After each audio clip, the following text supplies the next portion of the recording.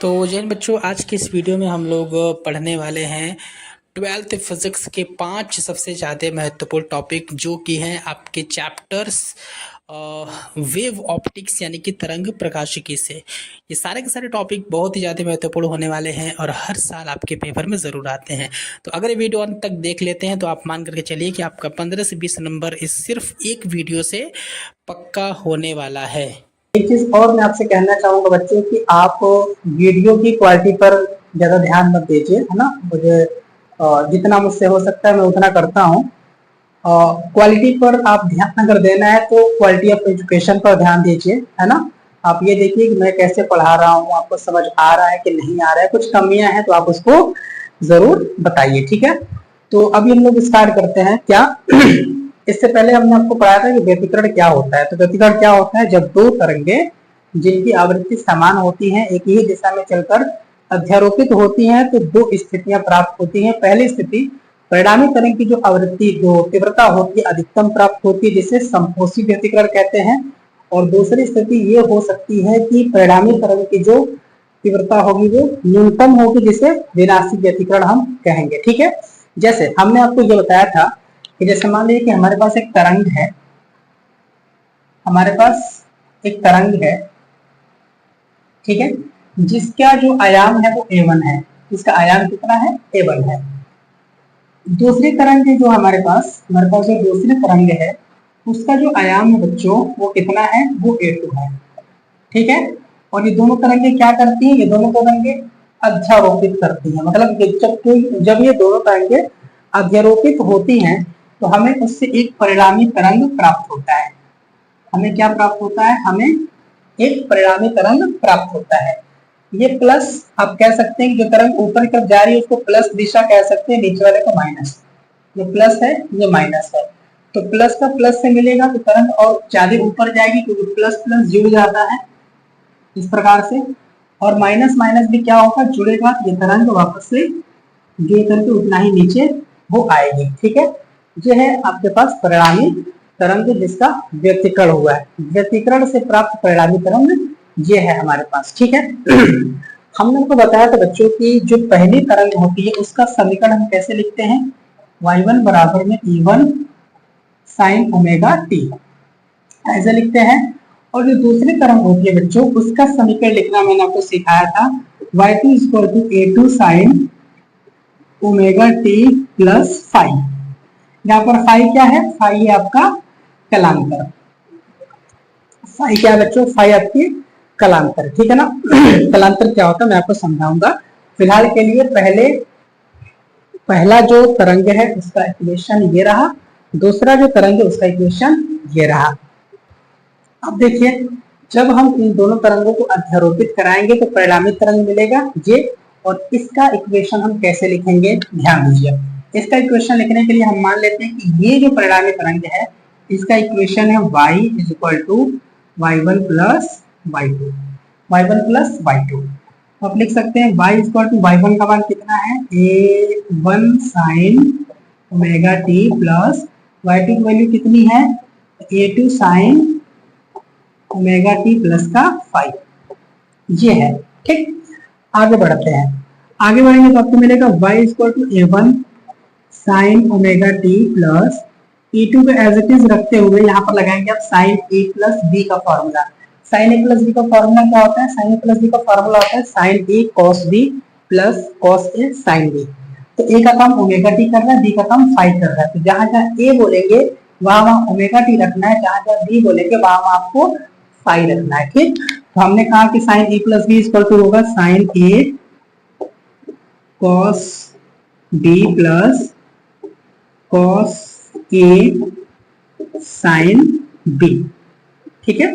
अब देखिए आगे बढ़ते हैं, तो y equal to a1 sine omega t जस का तस प्लस a2 को आप अंदर लेकर के जाइए तो आपको मिलेगा a2 sine omega T cos five, और प्लस a2 को आप इसके साथ लगाएंगे तो आएगा a2 cos omega t into sign five, ठीक।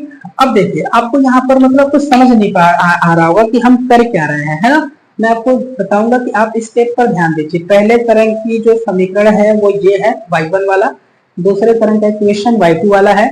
दोनों को आप जोड़ेंगे तो जो परिणामी तरंग है उसका इक्वेशन आपके पास आएगा। लेकिन जो परिणामी तरंग है उसमें तो जो परिणामी तरंग की जो तीव्रता होती है, फिर जो आयाम होता है उसको हम आर से प्रदर्शित करते हैं। तो इसमें आर तो नहीं दिखाई दे रहा है, इसमें आर दिखाई नहीं दे रहा है। तो आर देखने के लिए हमको एक काम करना पड़ेगा। समझिए क्या करना पड़ेगा। देखिए आप क्या करेंगे बच्चों कि A1 साइन ओमेगा 2 को यहाँ पर देखिए जरा, मैं चाहूंगा कि यहाँ पर आप ध्यान देंगे कि यहाँ से, अच्छा एक काम आप कर सकते हैं, यहाँ से देखेंगे जरा कि y इक्वल टू, एक काम करिए साइन ओमेगा टी आप यहाँ से कॉमन ले सकते हैं। बिल्कुल साइन ओमेगा टी आप यहाँ पे कॉमन लीजिए तो अंदर मिलेगा आपको A1 plus A2 cos phi मिलेगा बच्चों। यहाँ पर देखना है आपको, इसमें से हमने साइन ओमेगा टी को कॉमन लिया है तो ये मिलेगा, और प्लस का A2 cos omega t into sine phi, ये जस्ट ठीक। अब देखिए ये जो A1 plus A2 cos phi है इसको हम मानेंगे R cos थीटा, तथा यहां से देखिए आप A2 sin फाई जो है, A2 sin फाई जो है इसको हम मानेंगे कितना, R sin थीटा, ये मानना है। ठीक है, sin फाई को sin थीटा लिखना है और cos फाई को cos थीटा लिखना है और साथ में R लगाना है। ऐसा क्यों हो रहा है अभी आपको क्लियर हो जाएगा। ठीक है, आप एक काम करेंगे, इसको इक्वेशन नंबर 3 देंगे और इसको इक्वेशन नंबर 4 नाम आपको यहाँ पे देना है। ठीक है, अब देखिए ध्यान से, जब आप ऐसे करेंगे तब आपको क्या मिलेगा बच्चों, देखिए जरा, y equal to sine omega t into A1 plus A2 cos phi के स्थान पे आपको लिखना है कितना, R cos थीटा।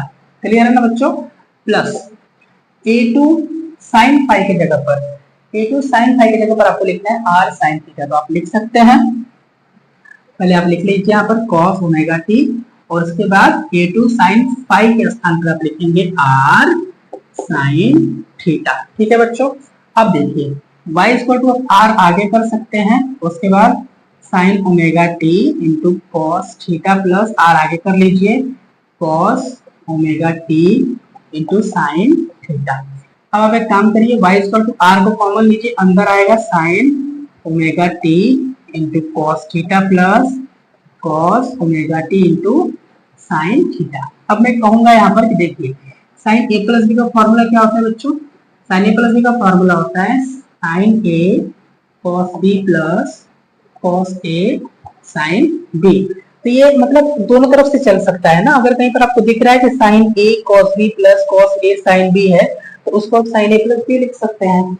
और अगर कहीं आपको साइन ए प्लस बी की आवश्यकता पड़े फॉर्मूले का, जैसे यहाँ पर आवश्यकता पड़ा है, तो उसको ऐसे लिख सकते हैं। तो आप क्या कर सकते हैं, वापस इस चीज को साइन ए प्लस बी में लिख सकते हैं। यहाँ पर ए का काम ओमेगा टी कर रहा है, बी का काम थीटा कर रहा है। तो देखिए जरा, तो y equal to capital R sine A plus B का ये फॉर्मूला है, तो साइन ए का काम ओमेगा टी करेगा प्लस बी का काम थीटा करेगा। तो ये जो आपको प्राप्त हुआ है प्यारे बच्चों, ये क्या है, ये है परिणामी तरंग, परिणामी तरंग का इक्वेशन। यानी कि ये जो तरंग है ना, इसका इक्वेशन आपके पास आ चुका है, जो कि क्या है, y equal to R sine omega T plus theta. Clear है, ये है। यानी कुल मिलाकर के यहाँ से ये पता चल रहा है कि जो परिणामी तरंग हमें मिलेगा उसका भी ग्राफ साइन का ग्राफ होगा। ठीक है ना, उसका भी ग्राफ क्या होगा, साइन का ग्राफ होगा। अब मैं यहाँ से आगे बढ़ूंगा, समीकरण 3 और 4 को लेते हुए। 3 और 4 के साथ करना क्या है, तो 3 और 4 को वर्ग करके जोड़ना है। क्या करना है, समीकरण 3 ये जो है इसको और इसको क्या करना है बच्चों, वर्ग करके जोड़ना है। तो चलिए जोड़ते हैं, देखते हैं क्या होता है। तो हम यहाँ पे लिखेंगे कि समीकरण 3 व समीकरण 4 को वर्ग करके जोड़ने पर। ठीक है बच्चों, जोड़ते हैं वर्ग करके, देखते हैं क्या होता है। तो जब भी दो समीकरण को वर्ग करके जोड़ते हैं, फिर ऐसे ही जोड़ते हैं, तरीका क्या होता है, बाएं वाले का बाएं वाले के साथ जोड़ते हैं और दाएं वाले का दाएं वाले के साथ जोड़ते हैं। ये तरीका होता है जोड़ने का। देखिए इसका वर्ग करिए, a1 plus a2 cos 5, a1 plus A2 cos phi इसका वर्ग करिए और प्लस जो समीकरण नंबर 4 है इसके बाएं पक्ष को वर्ग करिए, A2 sin फाई वर्ग करके जोड़ना है, मतलब दाएं पक्ष को वर्ग करिए दोनों का, उसके बाद जोड़िए, फिर बराबर करने के बाद दाएं पक्ष की तरफ आ जाइए, यानी कि r cos थीटा। अब देखेंगे यहाँ पे इसका भी वर्ग करना है, प्लस समीकरण 4 में दाएं तरफ क्या है, r sin थीटा। ठीक है, इसका भी आपको वर्ग करना है। ठीक है बच्चों, अब एक काम करिए, जरा देखिए तो a1 plus a2 cos phi का होल स्क्वायर, यानी कि a प्लस b का होल स्क्वायर क्या होता है, a स्क्वायर प्लस ये रहा b स्क्वायर प्लस 2ab होगा बच्चों, बिल्कुल होगा, प्लस इसको भी आपको क्या करना है, वर्ग करना है। क्या आएगा वर्ग करेंगे तो a2 का square into sine square phi equal to, इसको भी वर्क करिए, क्या आएगा R square cos square theta plus R square sine square theta. ठीक है, क्लियर है बच्चों। अब देखिए जरा मैं आपको दिखाना चाहता हूँ, यहाँ पे a1 का स्क्वायर प्लस आप यहाँ पर देखिए a2 cos स्क्वायर फाई और a2 साइन स्क्वायर फाई में आप a2 का होल स्क्वायर कॉमन ले सकते हैं, तो अंदर आएगा sine square phi plus cos square phi, clear है ना, plus 2a1 a2 cos phi आपको एज इट इज उतारना है, जस्ट का तस 2a1 a2 cos फाई आपको क्या करना है, एज इट इज जस्ट का तस उतारना है यहाँ पे। ठीक है, इक्वल टू यहाँ से भी आपको क्या करना है, आर स्क्वायर कॉमन लेना है, तो आर स्क्वायर ब्रैकेट होगा, ब्रैकेट के अंदर sign square theta plus cos square theta. Clear है बच्चों। अब देखिए जरा ध्यान से, तो a1 का स्क्वायर प्लस a2 का square sine square five plus cos square five क्या होता है, 1 होता है, तो इंटू 1 हो गया, plus 2a1 a2 cos five, ये एज इट इज रहेगा, बराबर में आर स्क्वायर आपको मिलेगा। तो आपको यहाँ पर सीधा करके क्या लिख देना है, R square equal to a1 का स्क्वायर प्लस a2 का square plus 2a1 a2 cos five. और इस प्रकार से बच्चे ये आपको मिल गया पहले तरंग का आयाम, दूसरे तरंग का आयाम और परिणामी तरंग के आयाम के मध्य संबंध, है ना। यहाँ तक पेपर में आपसे पूछा जाता है। ठीक है, R square is equal to a1 का स्क्वायर प्लस a2 का square plus 2a1 a2 cos five. ठीक है, ये वो संबंध था हमारा, जहां पर r क्या था आपका, r था परिणामी तरंग का आयाम। ठीक, a1 क्या था, जो पहली तरंग थी, पहली तरंग उसका आयाम, a2 क्या था, दूसरी तरंग का आयाम। जो फाई है इसे क्या कहते हैं, इसे कहते हैं कलांतर। तो मैं मान कर चलूंगा कि आपको इतनी जानकारी है, तो आपको एक जानकारी रखनी है कि किसी भी प्रकाश तरंग की जो तीव्रता होती है वो अनुक्रमानुपाती होती है उस तरंग के आयाम के स्क्वायर के, आयाम के वर्ग के स्क्वायर के बराबर होती है, मतलब अनुक्रमानुपाती होती है। संकेत में लिखना चाहें तो तीव्रता को हम बोल देते हैं I, डायरेक्टली प्रोपोर्शनल टू आयाम को हम बोल देते हैं A का स्क्वायर, और जब हम यहां से अनुक्रमानुपाती का चिन्ह हटाते हैं तो आता है I equal to K into A square. ठीक, और अगर आप इस समीकरण को परिणामी तरंग के लिए लिखना चाहें तो आप लिखेंगे I इज इक्वल टू के आर स्क्वायर। ठीक, परिणामी तरंग के लिए लिखना चाहे तो आप क्या लिखेंगे, I इज इक्वल टू के आर स्क्वायर। और अगर आप इसी समीकरण को पहली तरंग के लिए लिखना चाहे तो आप लिखेंगे I1 बराबर में के A1 का स्क्वायर। और आप इसी समीकरण को अगर दूसरे तरंग के लिए लिखना चाहें आप ये जानते हैं कि प्रकाश के व्यतिकरण में दो तरंगे मिलकर के व्यतिकरण उत्पन्न करती हैं। दूसरे तरंग के लिए आप लिखना चाहें तो आप लिखेंगे I2 बराबर में KA2 का स्क्वायर। ठीक, आपको ये चीजें पता होनी चाहिए। दूसरी चीज क्या है, आप सोच करके देखिए, अगर हम दोनों तरफ स्क्वायर रूट ले लें, मतलब कि वर्गमूल का चिन्ह लगा लें, तो यहाँ पर आएगा स्क्वायर रूट I बराबर में, अगर यहाँ पर स्क्वायर रूट लेते हैं तो R बाहर जाएगा और अंडर रूट में K आएगा। ठीक, इसी प्रकार से अगर आप यहाँ पर लेते हैं तो under root I1 is equal to, अगर यहाँ पर दोनों तरफ स्क्वायर रूट लेना पड़ेगा, वर्गमूल का चिन्ह लेना पड़ेगा, आपको मिलेगा A1 अंडर रूट K। इसी प्रकार से यहाँ पर मिलेगा अंडर रूट I2 बराबर में A2 under root of K। इस प्रकार से आपको मिलेगा। तो मैं एक काम करता हूँ, ये जो हमारा इक्वेशन है या फिर जो हमारा सूत्र है R1 का R square equal to A1 का स्क्वायर प्लस A2 का square plus 2A1 A2 cos phi, इसको मैं काम करता हूँ समीकरण 1 नाम दे देता हूँ। ठीक, और इस समीकरण 1 में हम गुणा करते हैं K से। ये जानते हैं ना, नियतांक है, K से गुणा मैं करता हूँ। तो समीकरण 1 में K से आप गुणा करिए तो आपको मिलेगा KR स्क्वायर बराबर KA1 का स्क्वायर प्लस KA2 का square plus 2 KA1 A2 cos phi. ठीक, ये मिलेगा। अच्छा, इसके बाद आप ये जरा ध्यान से देखेंगे तो आप पाएंगे कि हम इसे कुछ ऐसे लिख सकते हैं KR स्क्वायर बराबर KA1 का स्क्वायर प्लस KA2 का स्क्वायर प्लस 2। ये जो K दिख रहा है इसको हम under root K into under root K लिख सकते हैं। आपको पता है क्या लिख सकते हैं, अगर ये जो K है इसको हम अंडर रूट में K इंटू अंडर रूट में K लिख सकते हैं। हम क्या करेंगे, इस अंडर रूट K को, मतलब इस K को हम लिखेंगे under root K into under root K, और एक अंडर रूट K को A1 के साथ लगाएंगे और एक अंडर रूट K को A2 के साथ लगाएंगे। तो देखिए यहाँ पर A1 under root K into A2 under root K, और बचा आपके पास cos phi.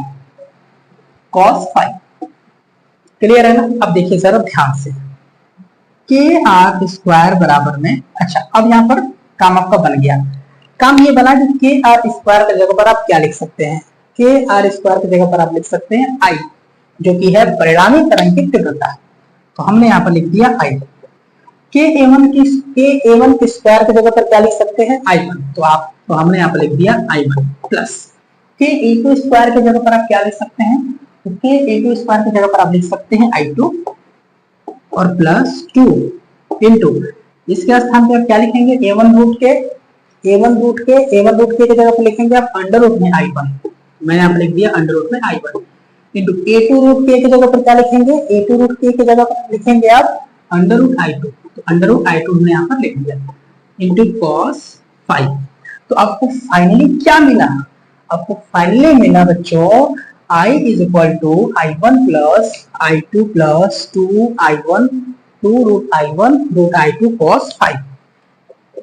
I is equal to मिल गया I1 plus I2 plus 2 root I1 into I2 cos phi. और ये क्या है, ये है परिणामी तरंग की तीव्रता, पहली तरंग की तीव्रता और दूसरी तरंग की तीव्रता के मध्य संबंध है। तो पेपर में आपसे तरंग के व्यतिकरण में परिणामी तरंग की तीव्रता का सूत्र तक की स्थापना करने के लिए आपसे पूछ सकता है, तो आपको ये काम करना पड़ेगा। ठीक है, अच्छा तो अगर मैं यहाँ पर केसेस लेना चाहूँ इस चीज का, अगर मैं यहाँ पर केसेस लेना चाहूँ, केसेस है ना, अगर मैं यहाँ पर केसेस लेना चाहूँ तो पहला जो केस होगा यहाँ पर लगा सकते हैं परिणामी तरंग की तीव्रता जब तरंग विनाशी व्यतिकरण उत्पन्न करे। तो देखिए विनाशी व्यतिकरण में क्या होता है, तीव्रता जो होती है वो न्यूनतम होती है, और तीव्रता न्यूनतम करने के लिए हमको cos फाई को न्यूनतम करना पड़ेगा। और आप ये जानते हैं बच्चों cos फाई का न्यूनतम मान कितना होता है, -1 होता है। cos फाई का अधिकतम मान कितना होता है, +1 होता है। हम ये कह सकते हैं पहला विनाशी के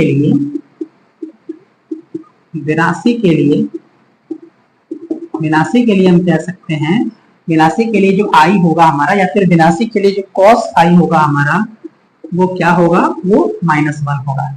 cos 5 क्या होगा हमारा -1 होगा।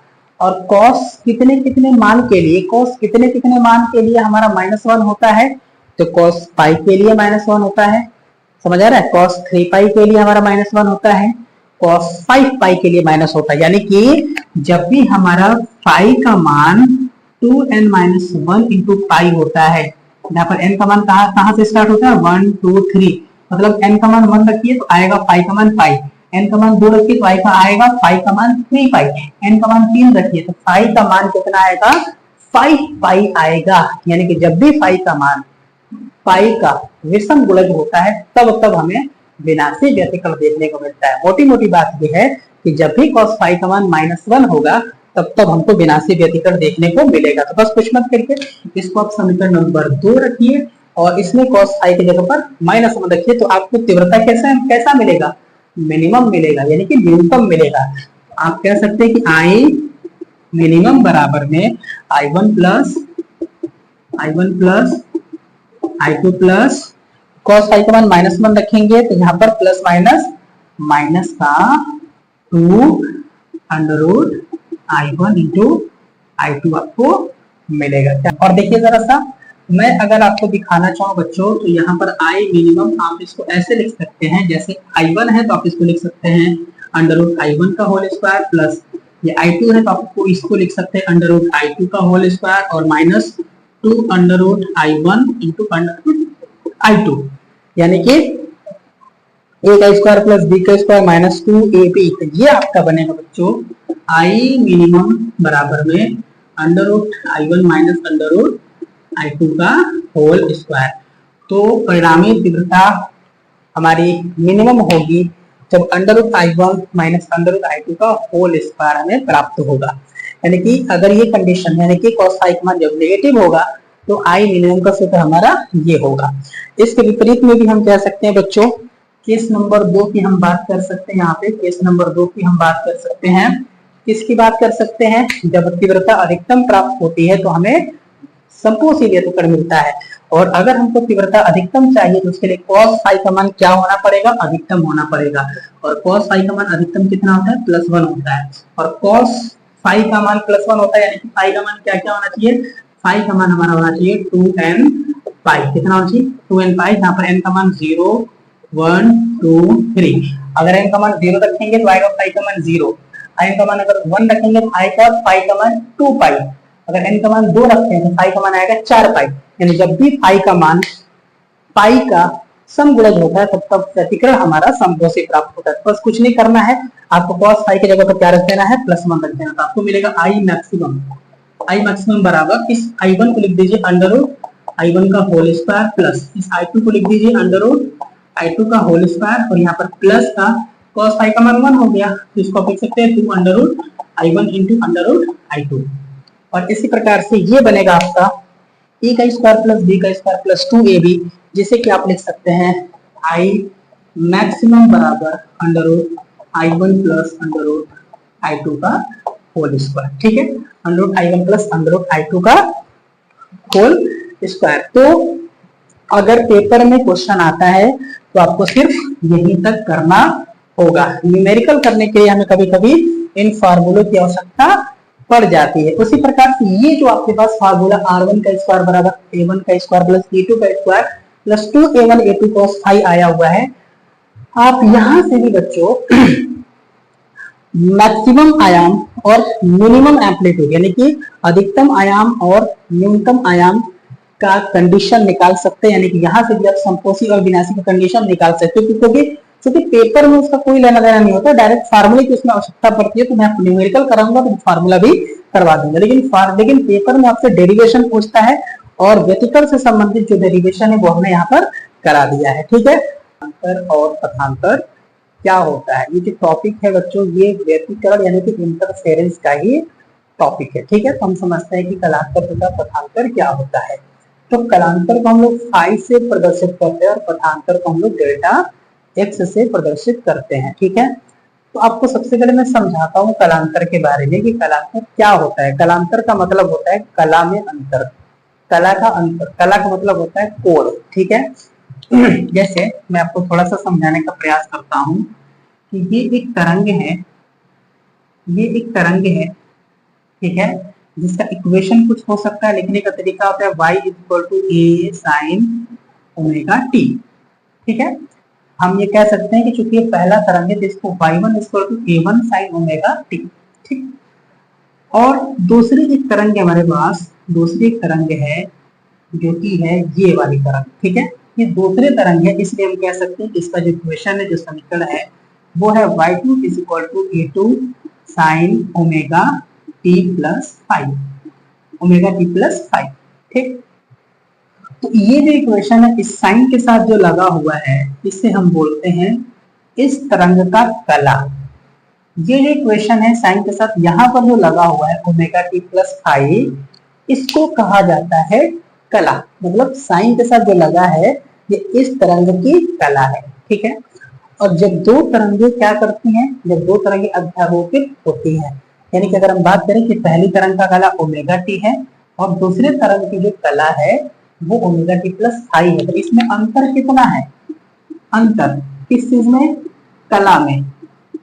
कला में अंतर कितना है? तो क्या करते हैं, बाद वाले में से ओमेगा टी प्लस फाइव में से हम घटा देते हैं पहले वाले को, यानी कि ओमेगा टी को। हमें क्या आता है, ओमेगा टी कैंसिल आउट होकर हमें क्या मिलता है, फाइव मिलता है। तो फाइव को क्या कहा जाता है, कलांतर कहा जाता है, ठीक है।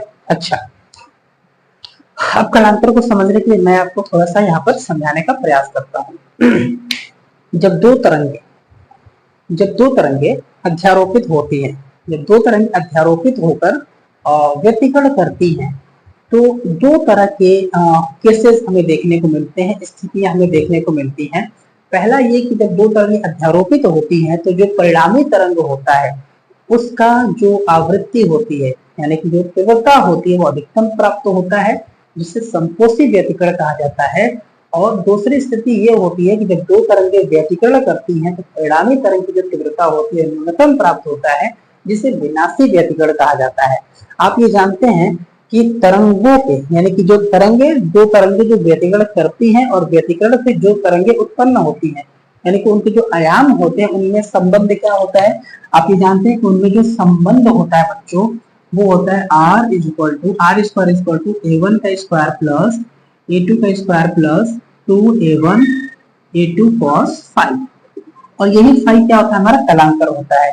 यही फाइव हमारा ये डिसाइड करता है, ये निर्णय करता है कि जो r है, जो आयाम है, जो परिणामी तरंग का जो आयाम है वो अधिकतम होगा कि न्यूनतम होगा, ठीक है। तो जब भी हम यहाँ से दो कंडीशन निकलता है फाइव के लिए, है ना, cos फाइव का मान अगर हम एक लेते हैं तो वो कंडीशन निकलता है संपोषी का। और अगर हम -1 लेते हैं, cos फाइव का मान इस सूत्र में अगर हम -1 रखते हैं तो ये हमें विनाशी का कंडीशन मिलता है। इसका कंडीशन मिलता है, विनाशी का कंडीशन मिलता है, ठीक। एक चीज और है, अच्छा, cos फाइव का तो मान 1 है, लेकिन cos के साथ हम फाइव के स्थान पर ऐसा कौन कौन सा मान रखें जिसके लिए cos फाइव का मान 1 आए। तो अब फाइव की जगह पे 0 रखिए, अब फाइव की जगह पे 2 पाई रखिए, अब फाइव की जगह पे 4 पाई रखिए, अब पाई की जगह पे 5 की जगह पे 6 पाई रखिए। तो आपको हमेशा संपोषी व्यतिकरण की कंडीशन मिलेगी। तो आप ये याद रखिएगा कि संपोषी के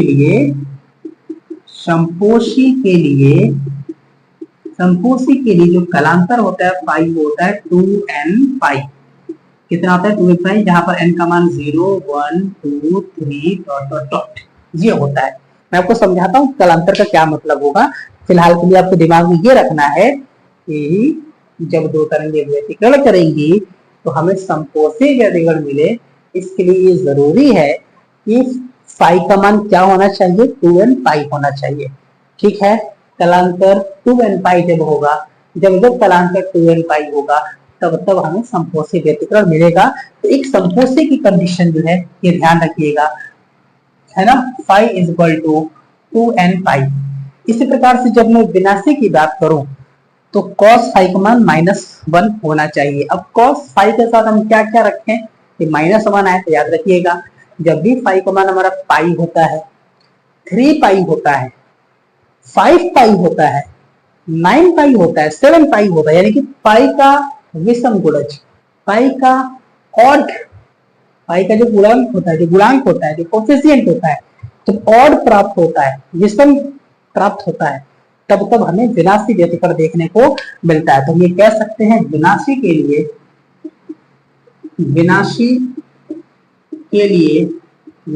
लिए जो फाई होगा वो क्या होगा, पाई का विषम गुणज। पाई का विषम मतलब 2n-1, ये पाई का विषम गुणज होता है, जहां पर n का मान क्या होता है बच्चों, जहां पर n का मान आपका होता है 0, 1, 2, 3 डॉट डॉट डॉट। अगर आप n का मान 0 रखेंगे तो पाई का मान पाई आएगा। जब n का मान आप 1 रखेंगे तो पाई का मान कितना आएगा, पाई आएगा। माफ करिएगा, यहाँ पे पाई का मान अगर आप सॉरी माफ करिएगा थोड़ा सा, अगर n का मान आप 0 रखते हैं तो पाई का मान कितना आएगा, पाई आएगा। n का मान अगर आप 1 रखेंगे, 2 एकम 2 में से एक जगह 1 यानी कि फिर भी पाई आएगा। n का मान अगर आप 2 रखते हैं तो 4 में से एक जगह 3 पाई आएगा। तो कुल मिलाकर के हम ये कह सकते हैं, या फिर आप डायरेक्ट यहाँ पर n का मान 1, 2, 3 रख सकते हैं, 0 भी रख सकते हैं, कोई दिक्कत नहीं है। कहने का मतलब ये है। तो विनाशी के लिए याद रखिएगा फाई का मान 2n-1 पाई होना चाहिए, और संपोषी के लिए याद रखिएगा कि पाई का मान 2n-1 पाई होना चाहिए। तो मैं यहाँ पर लिख देता हूं, संपोषी के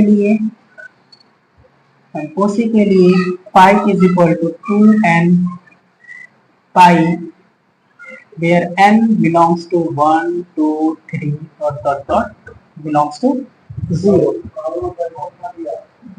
और विनाशी के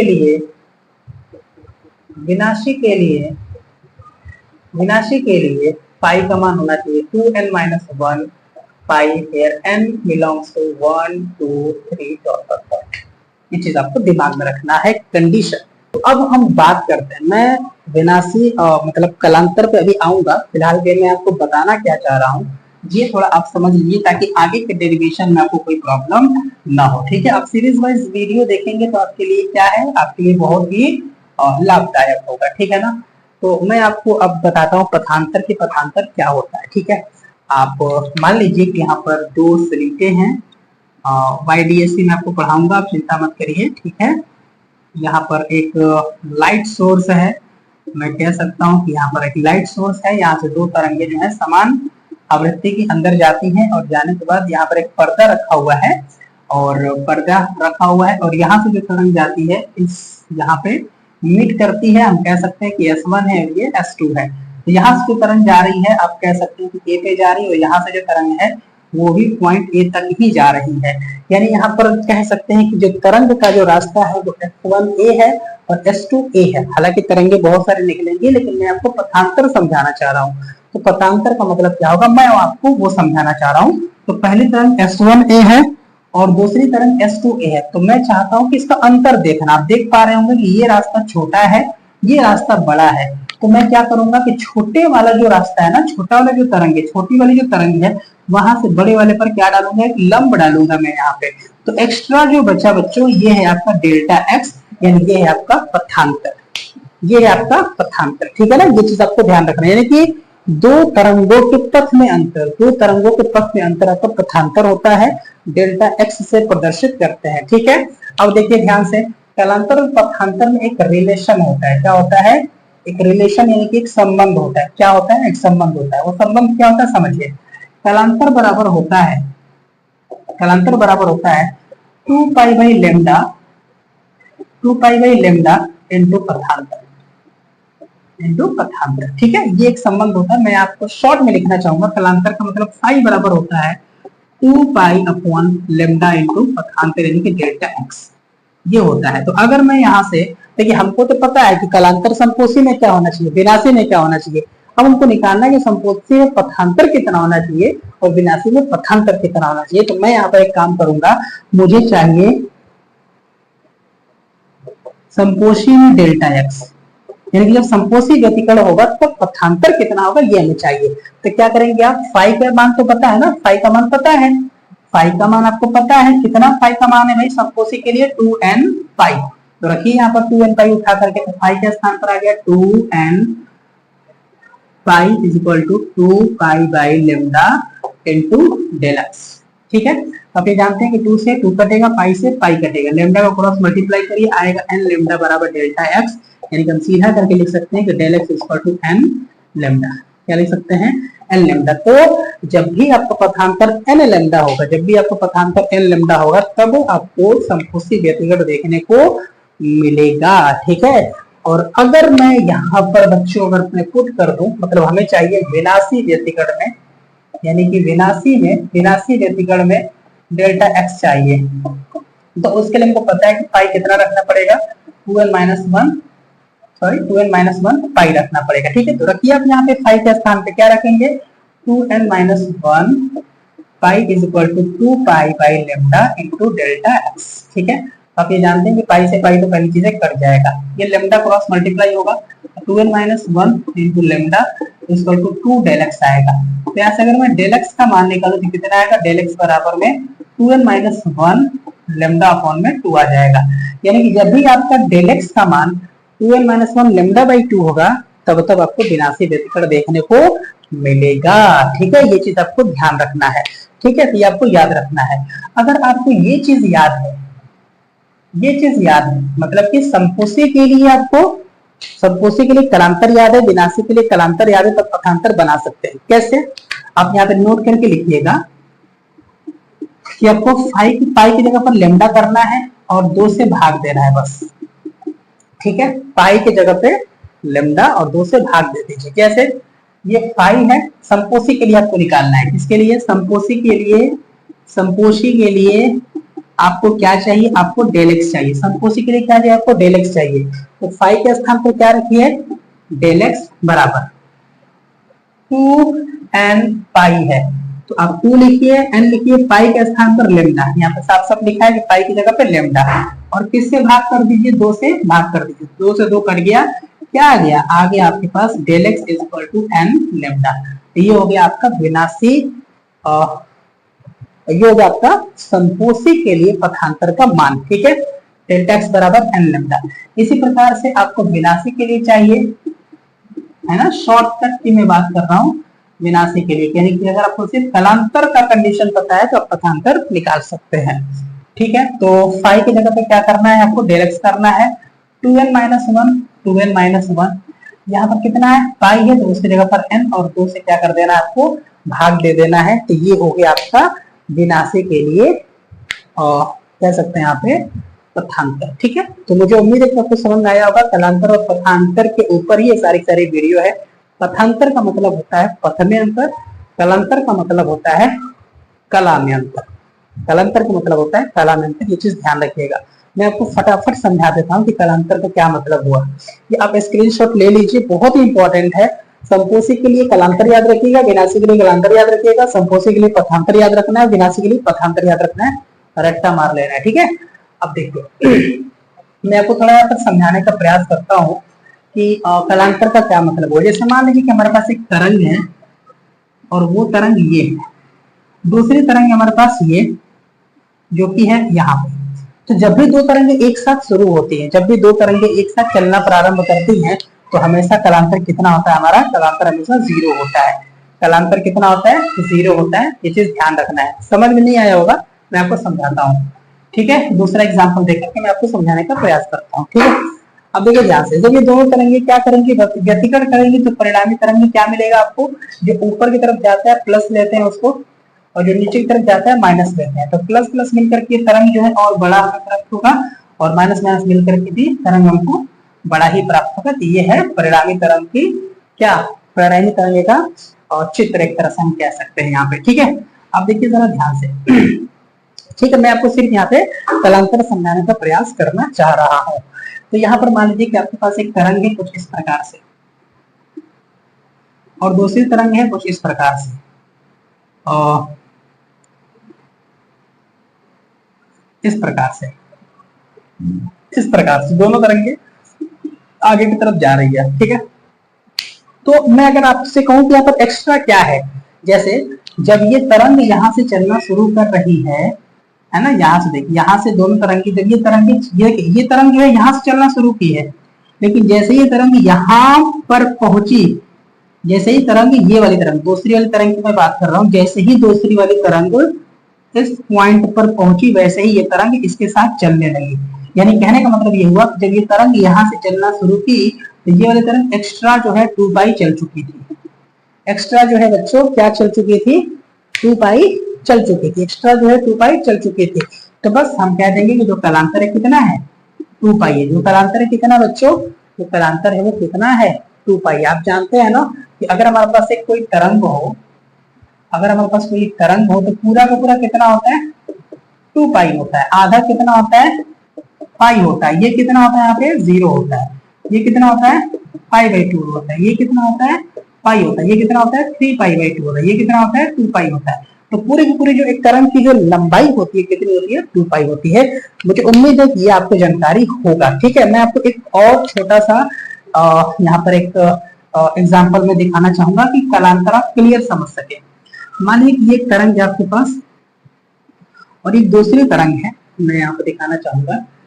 ये एक दूसरी तरंग है ना, एक दूसरी तरंग है बच्चों। ठीक है, तो देखिए ये जब तरंगे जो है दोनों चलना शुरू कर रही है, यानी कि ये तरंग जब चलना शुरू कर रही है तो ये जो तरंग है, दूसरी वाली जो तरंग है एक्स्ट्रा कितनी दूरी तय कर चुकी है, तो अब देखिए जरा, ये 2 पाई और ये पाई, यानी टोटल जो है 3 पाई दूरी जो है जो दूसरी वाली तरंग है चल चुकी है। यानी कि जब ये तरंग, ये दोनों तरंग यहाँ से चलना शुरू कर रही है, जब ये तरंग चलना शुरू कर रही है, जब ये तरंग चलना शुरू कर रही है तो दूसरी वाली तरंग जो है 3 पाई चल चुकी है। यानी हम कहेंगे पाई बराबर कितना है, यहाँ पर 3 पाई है। कालांतर कितना है, 3 पाई है। तो मुझे उम्मीद है बच्चों कि आपको समझ में आया होगा कि पथांतर और कालांतर क्या होता है।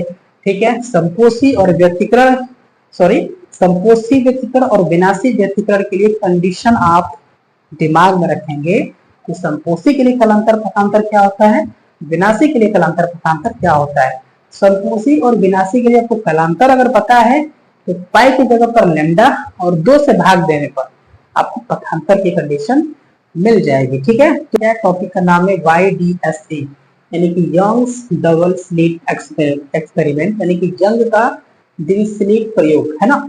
इस प्रयोग में यंग ने क्या किया था कि द्वित्व और अद्वित्व फ्रिंजों के मध्य स्थिति का सूत्र निकाला था। ठीक है, द्वित्व व अद्वित्व फ्रिंजों के मध्य क्या निकाला था, स्थिति का संबंध निकाला था, सूत्र निकाला था। समझ में नहीं आ रहा होगा, मैं आपको समझाता हूँ। यंग ने क्या किया था कि यंग ने एक लिया था सोडियम लैंप। यंग ने क्या लिया, यंग ने लिया एक सोडियम लैंप लिया यंग ने, और यंग ने जो अनुप्रयोग किया था वो अंधेरे में किया था। उसके बाद उस लैंप के आगे की तरफ उसने एक क्या किया, एक शीट लिया। शीट जो होता है ना, मैं आपको दिखाता हूँ। मैं आपको चाहूंगा कि दिखाऊं मैं आपको। मान लीजिए कि ये शीट है, इस तरह से सामने को देखने पर शीट ऐसे दिखाई देगा, बिल्कुल इस तरह से रेक्टेंगुलर टाइप का। और उसने क्या किया कि शीट पर क्या उसने किया, 2 स्लिटें बना दी, है ना। यंग ने क्या किया कि मान लीजिए एक स्लिट है, तो इस स्लिट पर उन्होंने 2 कट लगा दिए, इस तरह से कट लगा दिए, 2 कट लगा दिए। ठीक है, यानी कि 2 इस तरह से उन्होंने कट लगा दिए, बिल्कुल पतला सा उन्होंने कट लगाया। अब जाहिर सी बात है, अगर हम ऐसे कट लगा करके ऐसे देखेंगे, ऐसे में कट लगाया हुआ है, और जब स्लिट को हम ऐसे करेंगे तो हमें कैसा दिखाई देगा, हमें दिखाई देगा ऐसा, हमें कुछ इस प्रकार से दिखाई देगा, इस प्रकार से हमें दिखाई देगा। यानी कि जो स्लिट है जिस पर हमने कट लगाया हुआ है, अगर हम इसको ऐसे देखें तो इस तरह से दिखाई देगा। और ये स्लिट है हमारा, मतलब छिद्र है, ये पहला छिद्र है, ये दूसरा छिद्र है। ठीक, तो होगा क्या, अब होगा ये कि यहाँ से बहुत सारी प्रकाश तरंगे निकलेंगी। निकलने के बाद क्या होगा, कुछ तरंगे यहाँ पर टकराएंगी तो वो तो टकरा करके अधिशोषित हो जाएंगे, और कुछ तरंगे यहाँ से गुजरेंगी, कुछ प्रकाश तरंगे यहाँ से क्या होंगी, गुजरेंगी। तो जब गुजरेंगी तो यंग ने क्या किया कि इसके जस्ट पीछे उन्होंने एक पर्दा लगा दिया। क्या लगा दिया उन्होंने, पर्दा लगा दिया। ठीक है, उन्होंने क्या लगा दिया, एक स्क्रीन लगा दिया, एक पर्दा लगा दिया। तो अब क्या होगा, अब ये होगा कि चूंकि ये दोनों के जो दोनों तरंगे हैं ये एक ही सोर्स से, लाइट सोर्स से निकली हैं। ठीक है, ये दोनों क्या निकली है, एक ही लाइट स्रोत से निकली, एक ही प्रकाश स्रोत से निकली है, तो उनका जो तीव्रता होगी समान होगी और दोनों मिल करके व्यतिकरण करेंगे। तो जब व्यतिकरण करेंगे तो होगा क्या, व्यतिकरण करेंगी तो कहीं पर समकोषी देखने को मिलेगा, कहीं पर विनाशी देखने को मिलेगा। तो मैं मान करके चलता हूँ कि जब तरंगे अंदर जाएंगी और मिलेंगी तो कहीं पर दिखेगा समकोषी, कहीं पर मिलेगा समकोषी, है ना, कहीं पर दिखेगा समकोषी और कहीं पर दिखेगा विनाशी, कहीं पर दिखेगा विनाशी। विनाशी मतलब वहां पे अंधेरा, फिर समकोषी मतलब प्रकाश, फिर विनाशी यानी कि डार्क। मैं इसे आपको बना देता हूँ, ठीक है। फिर उसके बाद वापस से समकोषी, फिर विनाशी। विनाशी को मैं डार्क कर रहा हूँ यानी कि वो चीज अंधेरा दिखाई देगा हमको। उसके बाद फिर से समकोषी और वापस से विनाशी, उसके बाद फिर वापस से क्या होगा, विनाशी होगा। तो इसको कहा जाता है क्या, इसको कहा जाएगा दीप्त फ्रिंज। जो समकोषी व्यतिकरण जहां पर हुआ है यानी कि जो प्रकाश जहां पर दिखाई देगा उसको कहा जाएगा दीप्त फ्रिंज यानी कि लाइट। और जहां पर विनाशी व्यतिकरण हुआ है उसको कहा जाएगा अदीप्त फ्रिंज। उसको क्या कहेंगे, अदीप्त फ्रिंज। अदीप्त फ्रिंज कहेंगे यानी कि उसको क्या कहेंगे हम, अच्छा इसको लाइट, इसको जो है आप ब्राइट भी कह सकते हैं, BRIGHT ब्राइट, और इसको कहेंगे आप डार्क, इस प्रकार से, ठीक है। और अगर मैं इस स्लिट से एक बिल्कुल एक स्ट्रेट लाइन में इमेजिन करूं तो ये स्ट्रेट लाइन जो सरल रेखा है यह जिस फ्रिंज को काटेगी उसको हम बोलेंगे केंद्रीय फ्रिंज। क्या बोलेंगे, केंद्रीय फ्रिंज बोलेंगे, ठीक है। तो अब हम क्या करेंगे कि केंद्रीय फ्रिंज से अलग अलग फ्रिंजों की स्थितियां निकालेंगे। क्या क्या निकालेंगे, स्थिति, यानी कि जब भी आपको देखना हो कि केंद्रीय फ्रिंज से तीसरी अदीप्त फ्रिंज कितना ऊंचा है, केंद्रीय फ्रिंज से चौथी दीप्त फ्रिंज कितना ऊंचा है, यानी कुल मिलाकर के अब हम निकालेंगे क्या, अब हम निकालेंगे केंद्रीय फ्रिंज से दीप्त और अदीप्त फ्रिंज की स्थितियां जो पूछा जाता है, ठीक है। तो 5DSC में यानी कि यंग के दूसरे अनुप्रयोग में यंग ने क्या किया, एक सोडियम लैंप लिया, वहां से एक प्रकाश निकलेगा, प्रकाश की तरंगें निकलेंगी, उसके बाद उन्होंने दो पतले छिद्रों से, दो स्लिटों से उस प्रकाश तरंग को गुजारा, जिसके कारण अंदर की तरफ व्यतिकरण हुआ। स्लिटों के पीछे यानी कि जो हमारा एक सतह था, जो हमारा एक है ना प्लेन सतह था, उसके पीछे उन्होंने एक पर्दा लगाया, वहां पर हमें देखने को मिला व्यतिकरण। किस प्रकार का व्यतिकरण, समकोषी और विनाशी व्यतिकरण। समकोषी को कहा गया दीप्त फ्रिंज, विनाशी को कहा गया अदीप्त फ्रिंज। समकोषी को कहा गया ब्राइट और विनाशी को कहा गया डार्क। तो अब हम उसकी स्थिति निकालेंगे। स्थिति निकालने के लिए मैं फिर दोबारा से एक चित्र बनाता हूं, आप समझने का थोड़ा सा यहाँ पर प्रयास करेंगे, ठीक है। चित्र में मैं यहाँ पर लैंप नहीं दिखाऊंगा, मैं यहाँ पर दिखाऊंगा स्लिटों के बीच की दूरी। तो मैं यहाँ पर बच्चों बना लेता हूं, ये पहला स्लिट है, ये दूसरा स्लिट है, ये S1 है, ये S2 है, ठीक है। मैं ये मान लेता हूं कि स्लिटों के बीच की जो दूरी है स्मॉल डी है। स्लिटों के बीच की दूरी कितनी है, स्मॉल डी। स्लिटों के बीच की दूरी कितनी है, स्मॉल डी। और ये जो हमारा एक कह सकते हैं कि जो प्लेन है, इससे कैपिटल डी दूरी पर हमने लगाया हुआ है एक पर्दा। कैपिटल डी दूरी पर हमने क्या लगाया है, एक पर्दा लगाया है। कैपिटल डी दूरी पर हमने क्या लगाया, एक पर्दा, यानी कि हमने एक स्क्रीन लगाया हुआ है, ठीक, क्लियर है ना। अच्छा, होता क्या है बच्चों, होता ये है कि यहां से एक प्रकाश तरंग निकलता है और वो इस P बिंदु पर मिलता है। यहाँ से प्रकाश तरंग निकलता है और वो भी कहाँ मिलता है, इस P बिंदु पर। यानी कि हम दो प्रकाश तरंगों को लेंगे और व्यतिकरण कराएंगे। वो बात की बात है कि यहाँ पर समकोषी व्यतिकरण होगा कि विनाशी व्यतिकरण होगा। अब इसे पॉइंट पर ध्यान दीजिए, ठीक है। अब इसे पॉइंट पर ध्यान दीजिए, बाद में कंडीशन लगा लेंगे यहाँ पर समकोषी होगा कि विनाशी होगा, बाद में वो कंडीशन हम लगा लेंगे। इतना करने के बाद ये S1P हो गया, तरंग S1P, और ये हो गया तरंग S2P, ठीक। इसके बाद हम एक काम करते हैं बच्चों, काम ये करते हैं कि यहाँ से हम बांट देते हैं। बांटने के बाद क्या करेंगे, बांटने के बाद अगर ये पूरी की पूरी दूरी जो D है तो ये दूरी हो जाएगी d/2 और ये भी दूरी कितनी हो जाएगी d/2।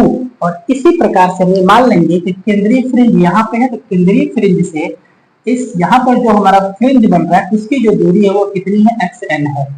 क्या है बच्चों, xn है। ये चीज हम मान लेंगे, कुछ मानने वाली चीजें हैं। अब उसके बाद यहाँ पर हमको दो त्रिभुज बनाना है ना, दो त्रिभुज बनाना है। कौन सा त्रिभुज, एक यहाँ से लंब डाल करके त्रिभुज हम बनाएंगे, यहाँ से समकोण त्रिभुज, कुछ आप नाम दे दीजिए, S1M मान लीजिए, यहाँ पे M कह देता हूं, और एक यहाँ से यानी कि दोनों स्लेटों से हम क्या कर देंगे, सामने वाले तक लंब बना देंगे ताकि आपको त्रिभुज की आवश्यकता पड़ेगी। अब चिंता मत कीजिए, समझते रहिए बस। S1 आप इसको क्या नाम दे दीजिए, N नाम दे दीजिए। क्लियर है ना, बिल्कुल क्लियर है। अब जो हम फॉर्मूला डिराइव करेंगे वो पथांतर का कॉन्सेप्ट यूज करके यहाँ पे डिराइव करेंगे, कलांतर के कॉन्सेप्ट से नहीं, पथांतर के कॉन्सेप्ट से। समझिएगा मेरी बात को आप जरा। अगर मैं यहाँ से पथांतर लिखना चाहूँ बच्चों तो मैं क्या लिखूंगा, अगर मैं यहाँ पर पथांतर लिखना चाहूँ तो क्या लिखूंगा, आप मुझे बताइए। अगर मैं पथांतर लिखना चाहूँ तो पहले तरह के जो पथ है वो S1P है, दूसरे तरह के जो पथ है वो S2P है। तो इनका अंतर, इसका अंतर क्या होगा, इसका अंतर ही तो पथांतर होगा ना। कैसे अंतर निकालेंगे, S2P में से हम घटा देंगे S1P को, S2P में से हम घटा देंगे S1P को, तो हमें क्या मिल जाएगा, बिल्कुल मिलेगा। क्या मिलेगा हमें मिल जाएगा पथांतर। ठीक है, यानी कि हम कह सकते हैं यहाँ से कि पथांतर डेल x बराबर S2P माइनस S1P। इसको आप इक्वेशन नंबर 1 नाम दे दीजिए। क्लियर है। अब देखिए मैं आपको स्टेप बाय स्टेप चीजों को बता रहा हूँ। ठीक है, ये चित्र आपको समझ में आया होगा, मैं मान करके चल रहा हूँ, है ना। हमें क्या चाहिए, हमें चाहिए केंद्रीय फ्रिंज से दीप्त और अदीप्त फ्रिंज की स्थितियां, यानी कि केंद्रीय फ्रिंज से दीप्त फ्रिंज कितनी ऊंचाई पर है, केंद्रीय फ्रिंज से अदीप्त फ्रिंज कितनी ऊंचाई पर है, मतलब सूत्र चाहिए कुल मिलाकर के। तो हमें किसका कॉन्सेप्ट लेना पड़ेगा, पथांतर का। पथांतर को लेकर के हम आगे बढ़ेंगे। अब अगला काम करेंगे, हम S2P निकालेंगे। S2P जरा देखिए तो किस त्रिभुज में बन रहा है, S2P इस त्रिभुज में, यानी S2PN में हमारा क्या बन रहा है, S2P में हमारा S2P बन रहा है ना। तो त्रिभुज हम लेंगे यहाँ पे, त्रिभुज S2PN में। अब आप S2PN में लगाइए पाइथागोरस प्रमेय। तो आप ये जानते हैं कि कौन का स्क्वायर, S2PN का स्क्वायर है ना, मतलब S2P2, सॉरी माफ करिएगा जरा, S2P का स्क्वायर, कर्ण का स्क्वायर बराबर लंब का स्क्वायर। लंब कौन है बताइए जरा, लंब ये रहा PN, लंब क्या है PN, हम लिखेंगे यहाँ पर PN का स्क्वायर और प्लस आधार का स्क्वायर, आधार क्या है S2N, S2N का स्क्वायर। ठीक है, अच्छा तो S2P का स्क्वायर बराबर क्या आएगा, PN का मान जरा देखिए क्या है, ये देखिए PN का मान जरा देखिए, PN का मान अगर आपको निकालना है तो कितना है ना, इसका आपको नाम दे देंगे यहाँ पर। PN का मान चाहिए तो PO प्लस ON, तो PO कितना है, XN है, प्लस ON कितना है, तो ये बन रहा है आयत, ये d/2, ये भी d/2 होगा, तो ON हो जाएगा आपका d/2, XN प्लस d/2 का होल स्क्वायर प्लस S2N का होल स्क्वायर।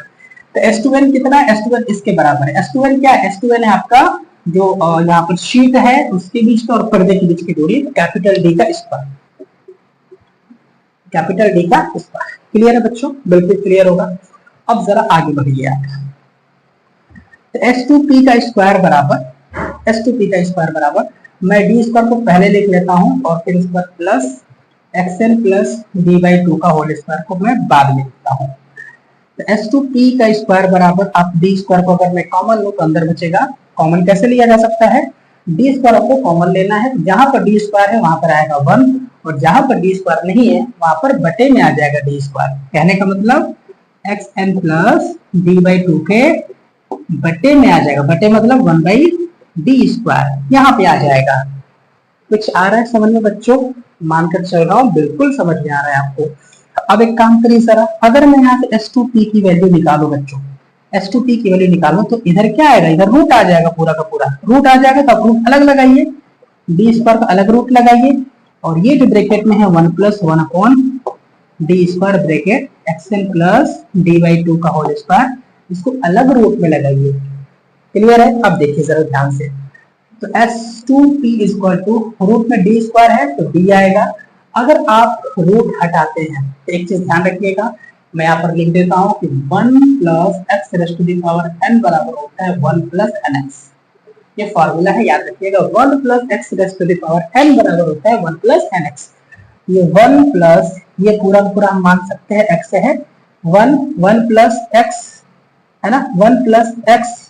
अच्छा, इसको जरा आप स्क्वायर है रूट हटाइए पहले, तो 1 plus 1 upon D square bracket में x पर x n plus D by two का होल स्क्वायर, और ये पूरा का पूरा पावर बनेगा क्या, 1 बाई टू। क्लियर है? अब देखिए ये पूरा पूरा x है, देखिए 1 plus x 1 plus x 1 plus x raise to the power n, क्या आएगा 1 प्लस nx, यानी कि S2P इक्वल टू आएगा कैपिटल D, अंदर क्या आएगा 1 प्लस nx, n मतलब ये 1 बाई टू आगे आएगा, तो 1 upon 2d square bracket xn plus d by two का होल स्क्वायर। समझ आ रहा है बच्चों? बिल्कुल आ रहा होगा समझ में। अब आप एक काम करिए कि इस d को अंदर मल्टीप्लाई करिए, तो d को अंदर मल्टीप्लाई करेंगे तो आपको मिलेगा S2P is equal to d plus d, जब यहाँ पे जाएगा तो एक d से एक d कट जाएगा, 1 upon 2d bracket xn plus d by two का होल स्क्वायर। क्या नाम देंगे इसको, क्वेश्चन नंबर 2 नाम देंगे, यानी कि S2P, यानी कि ये जो प्रकाश का पथ है, ये जो तरंग का पथ है, इसकी लंबाई आ जाएगी d plus 1 by 2d bracket xn plus d by two का होल स्क्वायर। ठीक है, क्वेश्चन नंबर 2 आ गया।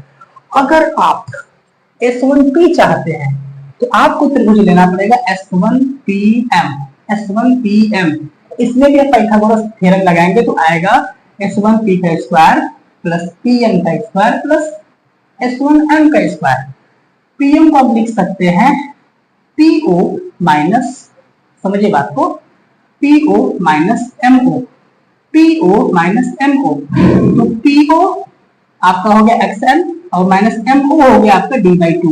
तो कुल मिलाकर के यही इक्वेशन बनेगा स्टार्टिंग में, बस यहाँ पे हो जाएगा माइनस, यहाँ पे क्या हो जाएगा माइनस हो जाएगा, और आगे जब आप चलते जाएंगे तो सब कुछ सेम रहेगा, बस आपको यहाँ पे माइनस देखने को मिलेगा। सब कुछ सेम रहेगा, बस आपको यहाँ पे क्या देखने को मिलेगा बच्चों, माइनस देखने को मिलेगा। ठीक है, तो इसी प्रकार मैं यहाँ पर लिख सकता हूं, इसी प्रकार S1P की वैल्यू आ जाएगी d plus 1 upon 2d bracket xn minus d by two का होल स्क्वायर। क्लियर है मेरे बच्चों? ये ना इस प्रकार से हो जाएगा। ठीक, अब आप एक काम करिए, अब आप इक्वेशन ये 2 हो गया, अब आप 1 और 2 का मान, सॉरी 2 हो चुका है 3, अब आप 2 और 3 का मान उठा करके समीकरण 1 में रखिए, मतलब S2 का मान आप यहाँ से रखिए, S1P का मान आप यहाँ से रखिए, तो रखिए यहाँ पर समीकरण 1 से, समीकरण 1 से, है ना, तो डेल x बराबर S2P का मान रखिए यहाँ से d plus 1 upon 2d bracket xn plus d by two का होल स्क्वायर, माइनस के बाद कुछ भी लिखना हो तो बड़ा ब्रैकेट लगा करके, S1P का मान रखिए d plus 1 upon 2d bracket xn minus d by two का होल स्क्वायर। क्लियर है बच्चों? अब आप एक काम करिए, इस माइनस को अंदर लेकर के जाइए, तो del x equal to capital D plus 1 upon 2 capital D bracket xn plus d by two का होल स्क्वायर, माइनस अंदर ले जाइए, minus 1 upon 2d bracket xn minus d by two का होल स्क्वायर। क्लियर है बच्चों? मान के चल रहे हैं, बिल्कुल क्लियर है। ये कट जाएगा, ये क्या हो जाएगा बच्चों, ये कट जाएगा। कटने के बाद डेल x बराबर, देखिए इसमें भी 1/2d है, इसमें भी 1/2d है, तो आप एक काम करिए 1/2d को कॉमन लीजिए, कॉमन लेने के बाद क्या बचेगा, xn plus d by two का होल स्क्वायर और माइनस ये वाला minus xn minus d by two का होल स्क्वायर ब्रैकेट क्लोज। तो डेल x बराबर 1/2d, इसको तोड़िए, a प्लस b को होल स्क्वायर पे, a का काम x पर xn कर रहा है प्लस b का काम d बाई टू कर रहा है, a प्लस b को होल स्क्वायर पे तोड़िए, तो a square plus D square plus 2ab, तो 2 into xn into D by 2। Clear? अच्छा, माइनस करने के बाद इसको ब्रैकेट में ही तोड़िएगा, a square plus B square minus 2ab, मतलब 2 into xn into D by 2। Clear है? बिल्कुल क्लियर है। ये 2 से 2 कैंसिल, ये 2 से 2 कैंसिल, आपको मिलेगा डेल एक्स बराबर 1/2d in bracket x n का square plus D square by 4, और ये देखिए यहाँ पर प्लस का एक्स एन डी है, एक्स एन डी, इस माइनस को अंदर ले जाइए, तो माइनस एक्स एन का square minus d square by 4, ये देखिए minus minus plus x n d. Clear? तो कुछ कटेगा ना, देखिए तो जरा, ये एक्स एन प्लस का एक्स एन स्क्वायर प्लस का एक्स एन स्क्वायर माइनस का कटेगा, डी स्क्वायर बाई 4 प्लस का डी स्क्वायर बाई 4 माइनस का कटेगा, आपको मिलेगा डेल एक्स बराबर 1/2d इंटू, ये देखिए x n D 2 x n D आएगा ना, 2 से 2 कट गया, डेल एक्स बराबर क्या आ गया, x n d upon capital D. Del x बराबर क्या आ गया, x n d upon capital D. पथांतर क्या आ गया बच्चों, पथांतर आ गया x n d upon capital D. अब आपको चाहिए दीप्त फ्रिंज की स्थिति और अदीप्त फ्रिंज की स्थिति। तो आपको ये पता है कि दीप्त का मतलब जहां पर संपोषी व्यतिकरण हुआ है, तो जब आप पथांतर को किसके बराबर रखेंगे, संपोषी के बराबर रखेंगे, तो आपको दीप्त फ्रिंज की स्थिति मिलेगी। और जब आप पथांतर को अदीप्त के बराबर रखेंगे तो आपको अदीप्त यानी कि विनाशी के बराबर रखेंगे तो आपको अदीप्त की स्थिति मिलेगी। ठीक है? तो आप एक काम करिए, आप यहाँ पे आ जाइए और आप स्थिति निकालिए किस चीज की, दीप्त फ्रिंज की। दीप्त फ्रिंज की स्थिति, दीप्त फ्रिंज की स्थिति के लिए डेल एक्स का मान क्या होता है आप ये जानते हैं, डेल एक्स का मान होता है एन लैम्डा। बोलिए बच्चों क्या होता है, दीप्त फ्रिंज यानी कि संपोषी की जो स्थिति होती है, संपोषी व्यतिकरण के लिए पथांतर का मान एन लैम्डा के बराबर होता है। बच्चों इससे पहले वाले वीडियो मैंने आपको बताया हुआ है। तो डेल एक्स बराबर एन लैम्डा रखिए यहाँ पे, और 3 के बाद 4, तो समीकरण 4 से, समीकरण 4 से इसके जगह पर रखिए एन लैम्डा बराबर x n small D upon capital D. यहाँ एक्स एन का मान अगर हम निकालेंगे तो एक्स एन बराबर क्या आएगा, इधर मल्टीप्लाई करिए n capital D lambda upon में स्मॉल डी। ठीक है? ये आ गया आपका संपोषी यानी कि दीप्त फ्रिंज की स्थिति। दीप्त फ्रिंज की स्थिति भाई, दूसरा जो दीप्त फ्रिंज है उसकी स्थिति बताइए, तीसरा जो दीप्त फ्रिंज है उसकी स्थिति बताइए, जहां पर एन का मान क्या है, पहला दूसरा तीसरा, कैपिटल डी का मतलब ये दूरी हो गया स्क्रीन यानी कि पर्दे और शीट के बीच की दूरी।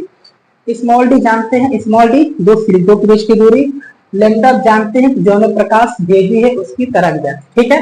अच्छा दूसरी स्थिति में यहाँ पर निकालता हूँ बच्चों किस चीज की, है ना, अदीप्त फ्रिंज की स्थिति। अदीप्त फ्रिंज की स्थिति, अदीप्त फ्रिंज की स्थिति मतलब अगर हमको अदीप्त फ्रिंज की स्थिति चाहिए तो विनाशी की स्थिति लेनी पड़ेगी, यानी कि विनाशी व्यतिकरण कहाँ हुआ है, इसके लिए डेल एक्स का मान क्या होता है, विनाशी व्यतिकरण के लिए डेल एक्स का मान क्या होता है आप ये जानते हैं, 2n-1 लैम्डा बाई 2 होता है, 2n-1 लैम्डा बाई 2 होता है। तो बस क्या करेंगे, समीकरण 4 से, समीकरण 4 से, ठीक है बच्चों, समीकरण 4 से देखिए यहाँ पर डेल एक्स की जगह पे क्या रखेंगे, 2n-1 lambda by 2 is equal to x n D upon capital D. तो यहाँ से कैपिटल डी का इधर मल्टीप्लाई करिए, यानी कि एक्सएन का मान कितना आएगा, एक्सएन बराबर कितना आएगा, 2n-1 lambda into capital D upon 2 small D.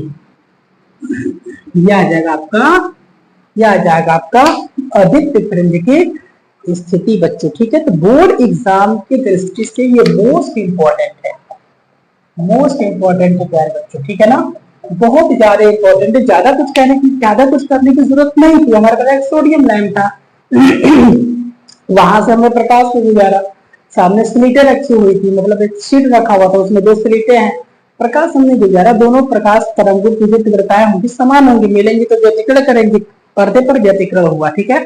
कहीं पर दीप्त फ्रिंज मिला, कहीं पर अदीप्त, कहीं पर दीप्त, कहीं पर अदीप्त, ठीक है। दीप्त फ्रिंज से स्थिति हमको निकालनी पड़ी किस चीज की, अदीप्त की और दीप्त की, और उसके लिए हमने कंडीशन लगाया यहाँ पर विनाशी और विनाशी और संपोषी। तो मुझे उम्मीद है बच्चों की सारी चीजें आपको समझ में आया होगा। कैलकुलेशन वगैरह पे थोड़ा सा आपको ध्यान देना पड़ेगा, ठीक है ना। तो आपको थोड़ा सा पकड़ना होगा कि हम दीप्त और अदीप्त फ्रिंजों की स्थितियां कैसे निकालते हैं, ठीक है ना। लेकिन इसमें एक चीज आप ध्यान रखिएगा कि जब भी व्यतिकरण होता है, यानी कि यंग के द्विस्थितिक में जो दीप्त फ्रिंज या फिर अदीप्त फ्रिंज बनती है, वो कुछ इस प्रकार से मान करके चलते हैं। मान लीजिए कि ये एक है ना, थोड़ा सा कॉन्सेप्ट आपको पकड़ना होगा। मान लीजिए कि ये एक अदीप्त फ्रिंज है, ये एक दीप्त फ्रिंज है, वापस से एक अदीप्त फ्रिंज, वापस से एक दीप्त फ्रिंज, अदीप्त, दीप्त, अदीप्त, और इसको हम कह लेंगे, इसको हम कह सकते हैं केंद्रीय फ्रिंज। क्या कहेंगे, केंद्रीय फ्रिंज बोलेंगे, केंद्रीय फ्रिंज। केंद्रीय फ्रिंज का मतलब जिस फ्रिंज से हम अन्य फ्रिंजों की स्थितियां ज्ञात करते हैं उसको केंद्रीय फ्रिंज हम कहेंगे, ठीक है। अच्छा, ये तो हो गया। हमको अगर निकालना है ये जो ब्राइट है, यानी कि ये जो हमारा दीप्त है, इसकी चौड़ाई कितनी है, यानी कि हमको क्या पहले, सबसे पहले क्या निकालेंगे, सबसे पहले निकालेंगे कि जो दीप्त फ्रिंज है, दीप्त जो फ्रिंज है उसकी चौड़ाई हम निकालेंगे। यहाँ पे दीप्त फ्रिंज की जो चौड़ाई है वो हम निकालने वाले हैं। तो मैं चाहूंगा कि थोड़ा सा ध्यान दीजिए कि जो दीप्त फ्रिंज है वो किसके बीच में है। तो दीप्त फ्रिंज जो है वो दो अदीप्तों के बीच में है। समझिए बात को, दीप्त फ्रिंज जो है वो दो अदीप्तों के बीच में है। यहाँ पर जो दीप्त फ्रिंज है, यह दीप्त फ्रिंज भी दो अदीप्त फ्रिंजों के बीच में है। इसी प्रकार यहाँ पर जो दीप्त फ्रिंज है वो दो अदीप्तों के बीच, दीप्त फ्रिंज के दो अदीप्तों के बीच में है। तो अगर मैं कहूं कि ये देखिए जरा, ये हमारा एक दीप्त फ्रिंज है, ये किसके किसके बीच में है, 1 2 3, यानी कि थर्ड डार्क और फोर्थ डार्क, डार्क मतलब अदीप्त, यानी जो दीप्त है हमारा वो तीसरा डार्क और चौथे डार्क के बीच में है। या इसकी अगर हम बात करें तो ये दूसरा डार्क और तीसरे डार्क के बीच में है। या फिर हम इसकी बात करें, ये देखिए ये दीप्त है ना, अगर इसकी बात करें तो ये पहला और दूसरे डार्क के बीच में है। यानी कि अगर हम यहाँ पर 3 4 न रखें और हम सिर्फ बात करें ब्राइट की, तो अगर हम कहें कि इसके, देखिए ये ब्राइट है तो इसके ऊपर डार्क होगा और इसके नीचे भी डार्क होगा। तो अगर हम कहेंगे ये एनवा डार्क है, यानी कि एनथ डार्क है, तो अगला जो डार्क होगा वो n+1th डार्क होगा और इनके बीच में ही होगा दीप्त फ्रिंज। तो अगर हमको दीप्त फ्रिंज की चौड़ाई निकालनी है तो n+1 डार्क में से nth डार्क को माइनस कर दीजिए, आ जाएगा आपका दीप्त फ्रिंज की चौड़ाई। कॉन्सेप्ट आपका यही है कि अगर आपको दीप्त फ्रिंज की चौड़ाई चाहिए तो उसके ऊपर वाले अदीप्त की स्थिति में से उसके नीचे वाले अदीप्त की स्थिति को घटा दीजिए। क्या मतलब हुआ, समझिए। अगर मैं कहूं दीप्त फ्रिंज की चौड़ाई को अगर मैं अल्फा नाम दूं तो इसके लिए क्या करना पड़ेगा, दीप्त फ्रिंज की चौड़ाई चाहिए तो अदीप्त वाला फॉर्मूला लगाना पड़ेगा। अब मैं आपको यहाँ पे बताता हूं कि दीप्त फ्रिंज की स्थिति का सूत्र क्या होता है, इससे पहले निकाल चुके हैं। दीप्त फ्रिंज की स्थिति का सूत्र होता है, दीप्त फ्रिंज की स्थिति का सूत्र होता है बच्चों, दीप्त फ्रिंज की स्थिति का सूत्र होता है xn बराबर में n lambda capital D upon small d। और जो अदीप्त फ्रिंज होता है, अदीप्त फ्रिंज की जो स्थिति होती है बच्चों, अदीप्त फ्रिंज की जो स्थिति होती है उसका सूत्र होता है xn बराबर में 2n-1 lambda capital D upon 2 small d। ठीक, तो कहने का मतलब ये हुआ कि अगर हमको दीप्त की चौड़ाई चाहिए तो अधिक वाला फॉर्मूला लगाएंगे, क्योंकि दीप्त दो अधिकतों के बीच में होगा, दीप्त दो अधिकतों के बीच में होगा, ठीक है, ऊपर वाला माइनस नीचे वाला, ठीक है ना, ऊपर और नीचे वाला मतलब तीसरा चौथे के बीच में, है ना, इसी प्रकार से दूसरा तीसरे के बीच में। समझ में आ रहा है, एक दीप्त फ्रिंज की चौड़ाई, दूसरा अधिक, तीसरे अधिक के बीच में। समझ आ रहा है, क्योंकि पैटर्न कैसा होता है, अधिक दीप्त अधिक दीप्त अधिक, इस प्रकार से पैटर्न होता है बच्चों। तो मैंने कहा कि दीप्त फ्रिंज की चौड़ाई चाहिए, तो क्या करेंगे हम निकालेंगे xn+1 और इसमें से घटा देंगे xn को, ठीक है। फोर्थ में से जब थर्ड को माइनस करेंगे तो बीच में क्या है, ब्राइट है, दीप्त है। अब देखिए जरा ध्यान से, तो दीप्त फ्रिंज की चौड़ाई लगा रहे हैं, दीप्त फ्रिंज की चौड़ाई निकाल रहे हैं, यहाँ पे तो कौन सा फॉर्मूला लगेगा, अधिक वाला लगेगा। यहाँ पर n है तो यहाँ पर n है, तो अगर हम यहाँ पर n+1 रखेंगे, यानी कि xn+1 की वैल्यू निकालेंगे तो यहाँ पर n+1 आएगा, यानी कि अल्फा बराबर में xn+1 की वैल्यू 2, n की जगह पे n+1, फिर आगे -1 ब्रैकेट, फिर आगे लैम्डा कैपिटल D अपॉन में 2 स्मॉल d, माइनस xn की वैल्यू उठा करके एज इट इज रखिए, 2n-1 lambda capital D upon में 2 स्मॉल d। क्लियर है ना। अच्छा, lambda alpha is equal to 2 का अंदर मल्टीप्लाई करिए, 2n प्लस का 2 होगा, फिर -1 लैम्डा कैपिटल D अपॉन में 2 स्मॉल d, फिर -2n-1 lambda capital D upon 2 small d। Clear है ना। अच्छा, अल्फा बराबर में देखिए जरा 2n प्लस 2 माइनस 1 प्लस 1 होगा, यानी कि 2n प्लस 1 आएगा लैम्डा d अपॉन में 2 स्मॉल d माइनस में 2n-1 lambda capital D upon में 2 स्मॉल d। अच्छा, अब इसका अंदर मल्टीप्लाई करिए जरा, अल्फा बराबर आपको क्या मिलेगा, 2n lambda d plus lambda d upon में 2 स्मॉल d माइनस, ये देखिए इसका अंदर मल्टीप्लाई करिए ब्रैकेट में ही, ठीक है। तो क्या मिलेगा आपको बच्चों, आपको मिलेगा 2n lambda d minus lambda d और अपॉन में 2 स्मॉल d। अगर मैं यहाँ पर हर को देखूं, अगर मैं हर को देखूं तो सेम है, हर समान है, तो आप यहाँ पर 2d लिख सकते हैं, ऊपर जस्ट पता सा आएगा 2n lambda d plus lambda d, minus अंदर ले जाइए तो -2n लैम्डा d और माइनस का माइनस माइनस प्लस का लैम्डा d। तो अब देखेंगे जरा ध्यान से बच्चों, अब ध्यान से देखेंगे तो ये और ये कट जाएगा, कटने के बाद लैम्डा अल्फा बराबर क्या आएगा, लैम्डा डी आ जाएगा 2 लैम्डा कैपिटल D अपॉन में 2 स्मॉल d। यहाँ से 2 और 2 कट जाएगा और आपको फाइनली मिलेगा अल्फा बराबर में लैम्डा कैपिटल D अपॉन में स्मॉल d। ये क्या निकल करके आ गया बच्चों, ये आकर के ये निकल करके आ गया दीप्त फ्रिंज की चौड़ाई, जो कि अदीप्त फ्रिंज की स्थिति वाले व्यंजक से निकला है, ठीक है। इस तरह से अल्फा बराबर lambda capital D upon small d, इस तरह से आएगा, ठीक है। अच्छा, अब हमको चाहिए अदीप्त फ्रिंज की चौड़ाई, दीप्त फ्रिंज की चौड़ाई निकल चुकी है, हमको चाहिए अदीप्त फ्रिंज की चौड़ाई। तो यहाँ से हम क्या लिखेंगे, अब लिखेंगे अदीप्त फ्रिंज की चौड़ाई, अदीप्त फ्रिंज की चौड़ाई, ठीक है बच्चों, अदीप्त फ्रिंज की चौड़ाई। इसके लिए क्या करेंगे, हम मान लेते हैं अदीप्त फ्रिंज की चौड़ाई को हमने b से दिखा दिया, यानी कि बीटा से हमने दिखा दिया, बीटा से हमने दिखा दिया। अदीप्त फ्रिंज जो होगा वो दो दीप्तों के बीच में होगा, ऊपर वाले दीप्त की स्थिति में से उसकी जस्ट नीचे वाले दीप्त की स्थिति को हमको माइनस करना पड़ेगा, यानी कि xn+1 में से माइनस करना पड़ेगा xn। बस शर्त ये है कि अब हमको अदीप्त फ्रिंज की चौड़ाई निकालनी है, तो इसका और इसका मान हम निकालेंगे दीप्त वाले से। तो देखिए यहाँ पर xn+1 की वैल्यू निकालिए, यहाँ से निकालिए, n है तो n की जगह पर क्या रखेंगे, n+1, इस n की जगह पर क्या रखेंगे, n+1, फिर लैम्डा कैपिटल D अपॉन में स्मॉल d माइनस, अब xn है यहाँ पे और यहाँ पर xn है, तो बस उठा करके यहाँ से रख लेना है n lambda capital D upon में स्मॉल d, ठीक है। तो बीटा बराबर आ जाएगा, अंदर मल्टीप्लाई करिए n लैम्डा d प्लस का लैम्डा d अपॉन में small d minus n lambda d upon में स्मॉल d। तो देखिए स्मॉल d जो है आपका हर समान है, तो d यहाँ पर रखिए, ऊपर जस्ट का कैसे करेगा, n lambda d plus lambda d minus n lambda d, lambda d मतलब प्लस माइनस से तो कट जाएगा, बीटा बराबर आएगा lambda capital D upon small d, lambda capital D upon small d। और आप देखिए ध्यान से कि आप दीप्त फ्रिंज की चौड़ाई निकालिए या अदीप्त फ्रिंज की चौड़ाई निकालिए, फॉर्मूला सेम है, lambda capital D upon small d।